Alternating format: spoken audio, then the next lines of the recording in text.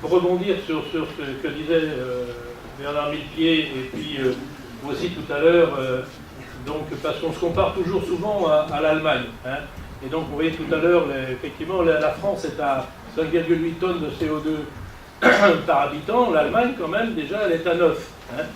Et aujourd'hui, donc d'ici 2020, c'est-à-dire demain, en fait, donc le projet, c'est d'installer 24 gigawatts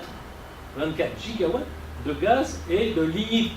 Le lignite étant, comme vous savez, le plus dégueulasse de tous les charbons. Et si vous faites le calcul, vous apercevez que ça fait plus 3 tonnes par habitant d'Allemagne. Hein. Donc, c'est-à-dire qu'ils vont passer de 9 à 12. Bon.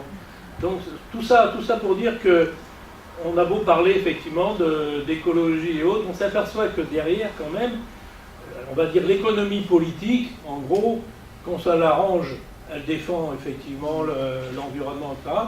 Et puis quand ça l'arrange, ben, ça s'assoit dessus. C'est vrai aussi d'ailleurs des Américains, des Canadiens.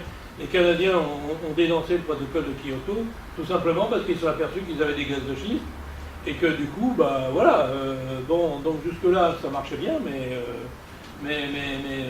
ils vont en dépenser de plus en plus. Hein. Donc le côté politique, quand même, l'économie politique est quand même important.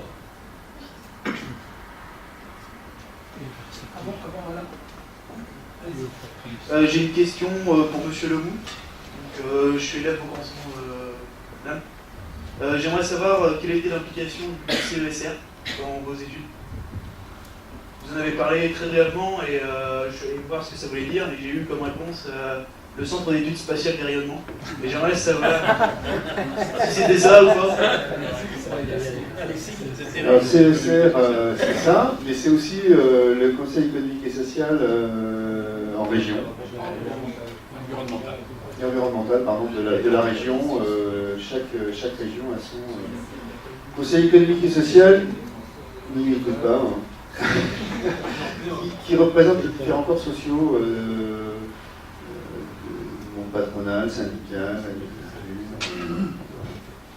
Simplement pour dire, puisqu'on est au CNAM, vous savez que c'est la grande plaisanterie des sigles au CNAM, c'est-à-dire la Caisse nationale d'assurance maladie. Hein. Oui. Donc moi j'ai vu des courriers qui partaient à la Caisse nationale d'assurance maladie. Comme quoi, personnellement, je milite partout, y compris au CNAM, pour qu'on cesse de prononcer des acronymes et que de temps en temps on dise bien les choses comme elles sont pour que ça soit compréhensible pour tous. Même quand on est ingénieur, des fois on ne comprend pas. Voilà. Question ? Bonjour, j'aurais une question pour M. Lemoux également. J'aurais voulu savoir si vous pensiez que les gens qui avaient répondu au sondage dont vous avez fait part tout à l'heure, est-ce qu'ils n'avaient pas un peu un cas de conscience en répondant à ce genre de choses, en essayant de se donner bonne conscience justement, en disant qu'il fallait agir, en disant qu'il fallait faire des choses, mais parce que les gens ont l'impression qu'ils parlent beaucoup, mais que très peu ont envie d'agir, que très peu ont vraiment envie d'avancer. J'aurais voulu avoir votre point de vue sur ce sujet-là. Mon sentiment, c'est que ces personnes qui ont répondu alors, au questionnaire après les débats, hein, donc ils étaient dans un environnement personnel, on va dire, décontextualisé par rapport au débat, sont plutôt, donc, comme je l'ai dit tout à l'heure, des personnes sensibilisées, voire engagées, ou en tout cas en réflexion. Ces personnes, enfin, beaucoup de ces personnes nous ont clairement signalé qu'elles attendaient une suite. Je vous dis deux choses. Elles nous ont dit débattre en France sur l'énergie, c'est la première fois qu'on le fait au niveau des citoyens. Vous savez que l'énergie en France, c'est quand même un peu particulier. J'en parle d'autant plus facilement que je suis des mines et que nous avons largement aidé, nous les mines, à contribuer à la stratégie énergétique de la France de manière très démocratique. Mais c'est l'histoire. Bon, voilà, c'est comme ça. Et donc aujourd'hui, pour une fois où on parle et on débat d'énergie, et je crois que c'est très très bien ressenti au niveau national, c'est ok, c'est sympa d'avoir débattu, c'est sympa d'avoir répondu à des questionnaires, mais on attend la suite. Et c'est pour ça que je suis inquiet, parce qu'il faut qu'on travaille collectivement sur la suite, et on a des réponses à apporter.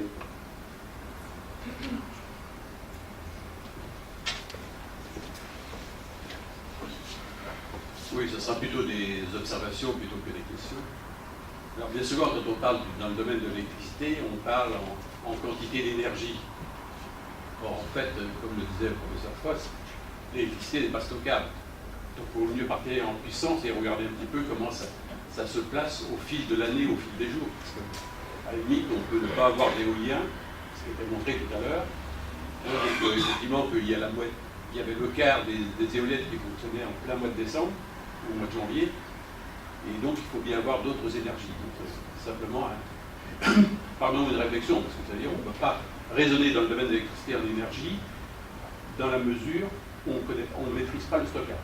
Ça c'est un premier point. D'autre part, donc, l'autre aspect, c'est tout l'aspect qui a été évoqué par mademoiselle ou la dame de tout à l'heure, effectivement, qui est le problème de dire conscience collective, quoi. Comment on peut évoluer, comment on peut avancer.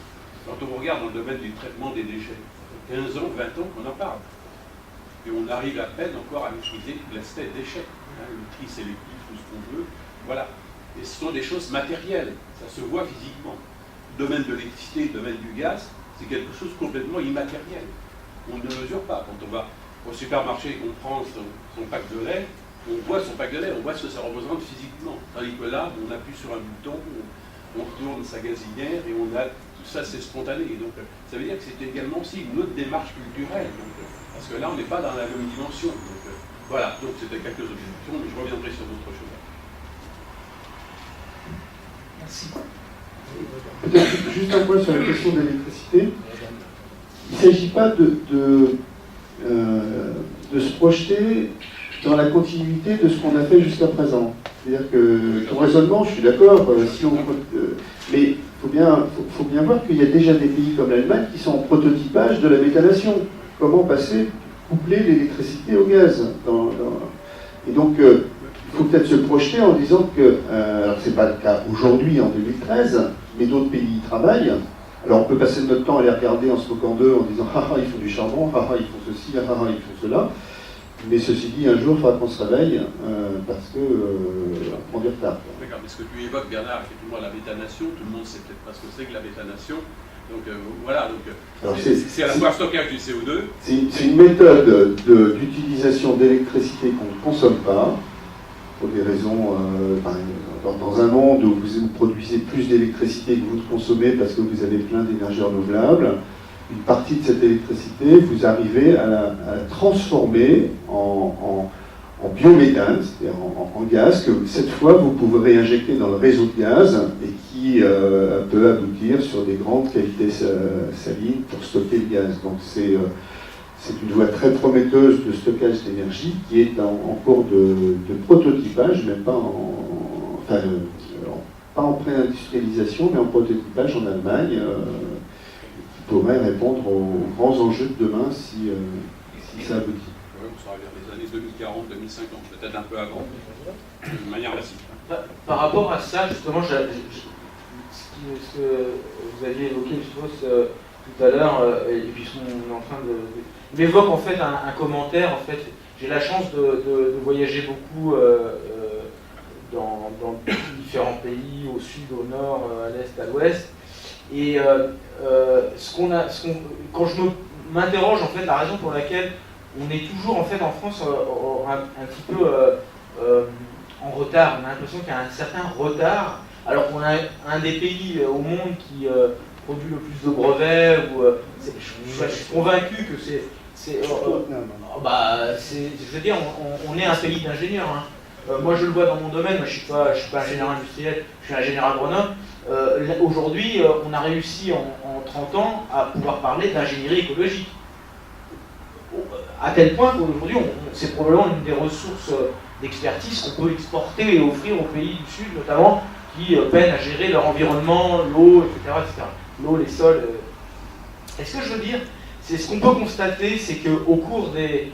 en gros, qu'est-ce qu'ont fait les États-Unis en ne signant pas le protocole de Kyoto? En fait, ils ne se sont pas mis de contraintes sur leur industrie, mais ce qu'ils ont économisé, ils l'ont investi dans l'innovation. Et aujourd'hui, aux États-Unis, il y a une densité de technologies, en gros, qui rentre dans le contexte de ce qu'on appelle les technologies de l'économie verte, qui est d'une maturité bien plus avancée que ce qu'on peut avoir en Europe et en France en particulier. Et ça, il faut bien le dire, ça a été fait, c'est issu d'un raisonnement extrêmement pragmatique et peut-être peu solidaire par rapport, contrairement à l'Europe, ils n'ont pas signé le protocole de Kyoto, mais l'argent, ils l'ont mis dans l'innovation. Et aujourd'hui, ça paye, et aujourd'hui, les Chinois, en fait, ils sont en train de déployer à très très grande échelle des technologies de l'économie verte sur des technos américaines, en fait. Et on est passé complètement à côté de la plaque en Europe, de ce point de vue-là, peut-être parce qu'on croyait qu'on avait déjà la solution avec le nucléaire. Enfin, ça, c'est une de mes hypothèses.